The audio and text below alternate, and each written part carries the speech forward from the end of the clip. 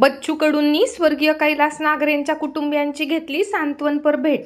कैलास नागरे यांची आहुती व्यर्थ जाणार नाही। बच्चू कडू हे आज बुलढाणा जिल्हा दौऱ्यावर असताना त्यांनी आत्महत्या केलेल्या युवा शेतकरी कैलास नागरे यांच्या शिवनी आरमाड येथील घरी जाऊन त्यांच्या कुटुंबियांची सांत्वनपर भेट घेतली आहे।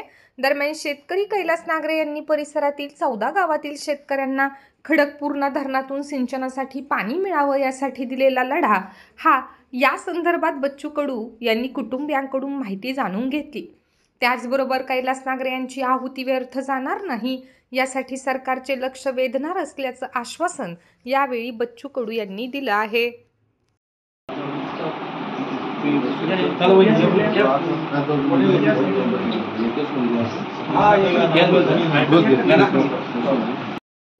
प्रकल्प येतो का मेळा आणि या गावचं शिवणीचं धरण आहे तर त्यांचं म्हणणं होतं की बा धरण आता आटलंय 8